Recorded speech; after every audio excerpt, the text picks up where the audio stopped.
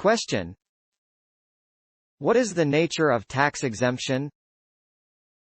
Answer: an exemption from taxation is a grant of immunity, express or implied, to particular persons or corporations or to persons or corporations of a particular class, from a tax upon property or an excise which persons and corporations generally within the same taxing district are obliged to pay.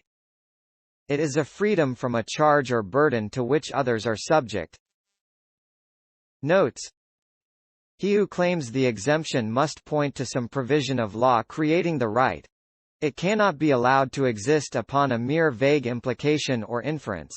It must be indubitably shown to exist, for every presumption is against it and a well-founded doubt is fatal to the claim.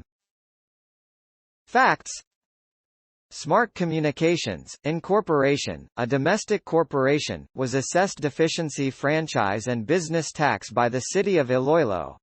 Smart claims exemption from the payment of local franchise and business taxes based on Section 9 of its legislative franchise, which provides for the payment of a franchise tax equivalent to 3% of all gross receipts, which amount shall be in lieu of all taxes. Smart similarly invoked Republic Act 7925 or the Public Telecommunications Policy Act, whose Section 21 declares that any existing privilege, incentive, advantage, or exemption granted under existing franchises shall ipso facto become part of previously granted telecommunications franchise.